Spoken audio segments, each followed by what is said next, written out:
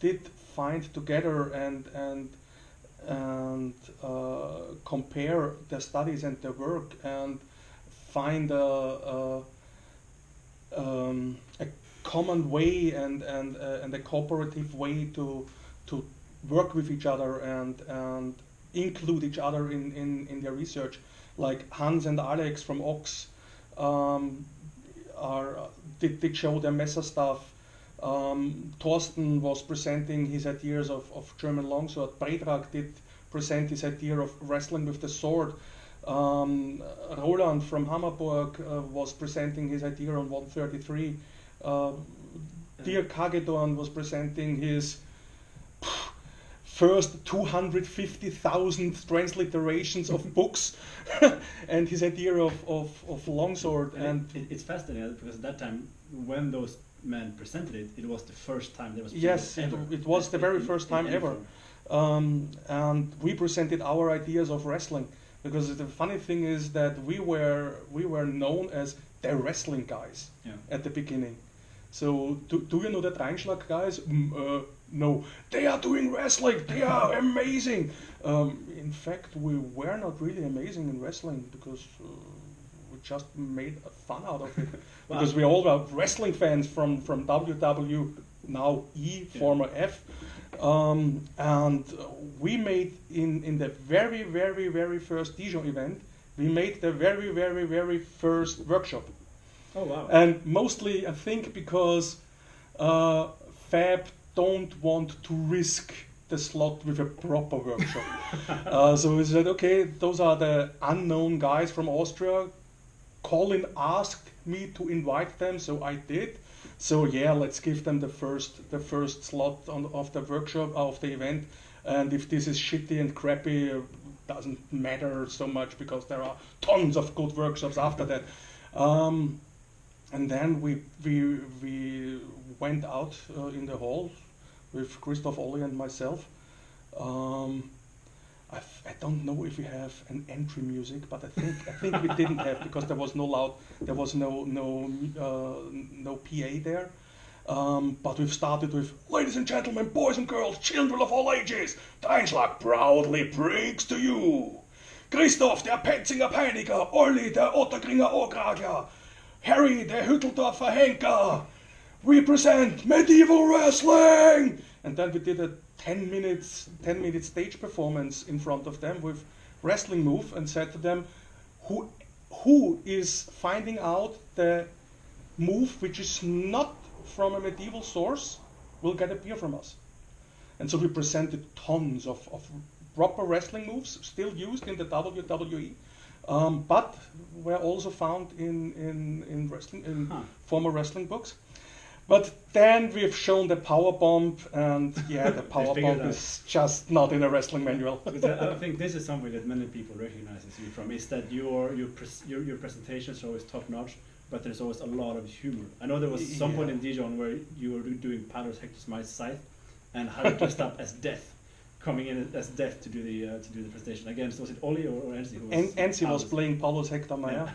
Yeah, and we made the presentation with cardboards, because I wanted to be a proper Terry Pratchett, deaf, only talking in capitals, and it's really hard to talk in capitals when you're talking, but it's not so hard in talking capitals when it is written on a cardboard.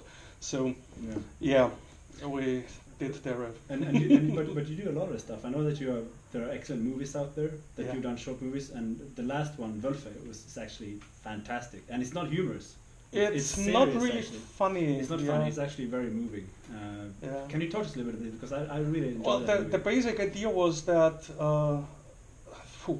15 or 16 years, 15 years ago, I think, we started with the idea that making a small movie where one guy is fighting against at least 4 or 5. But we wanted to make the choreography without this stupid Jackie Chan behavior that you see always a guy in behind waiting for his turn. And we wanted to make a choreography where it is, when someone is waiting, there is a reason why he's waiting. For example, his partner is in between himself and his opponent. or something like that, or he was just punched with the pommel in the face, so he has something to consider, and something went through his head, or at least on his head. And the project always was too big for us, because we are no film guys. We have some experience with theater and also with TV, but then the whole technique was not from us, but from the Austrian broadcasting company. And over 3, 4, 5, 6, 7, 8 corners, we made the film theme called Traum und Wahnsinn, Dream and Craziness. And they put up the idea and said, okay, let's make this movie. And then we built a short story around this choreography, when a family is hiking through Lower Austria down to Styria. At which time period is this? It's in the late 15th century. So in the 1470s. And they are ambushed by robbers. And the robbers, of course, are we.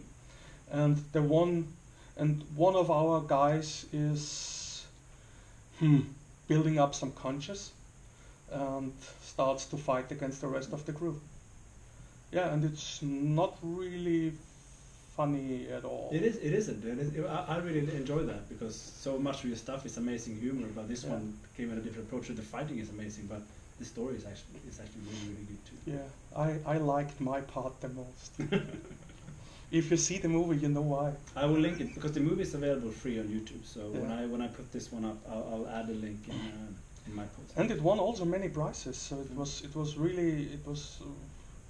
for me it was a surprise how well the movie was accepted also by an international audience, because it went, I think, on to 15 or 20 different festivals.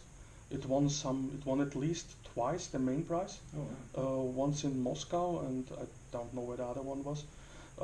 We were in the Texas Film Festival. We will be shown in Korea. We were on the pre-election of the Cannes Film Festival. So it went really crazy somehow.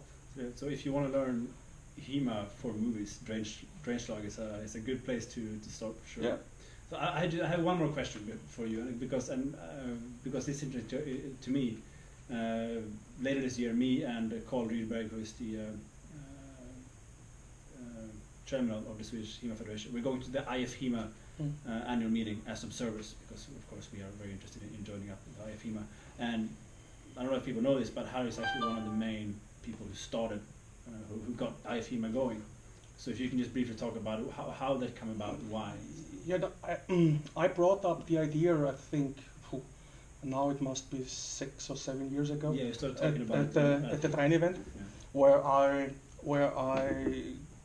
assembled at least one trainer from each country on a separate table at the Saturday night dinner, and presented my idea about having an international federation. And in that time, for most of the people, it was too early, because most of the countries didn't even have a national federation at that time, except of Spain and Hungary. They were already on board and said, yeah, let's go. Better sooner than later. But then it somehow fell into sleep again, because finally the response was not really big. And then Daniel Jacquet and Roman Wutschank picked it up again and asked me if I'm still interested in building up an international federation. That yeah, my contacts are still here.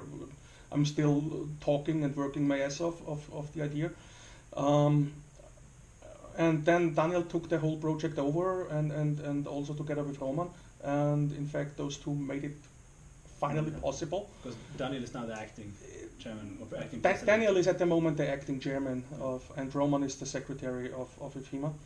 How many different national federations do you have? 10 at the moment. 10. Yes. That's impressive. For an organization which is 2 years old, Yeah, it's okay. But we started with 9, so.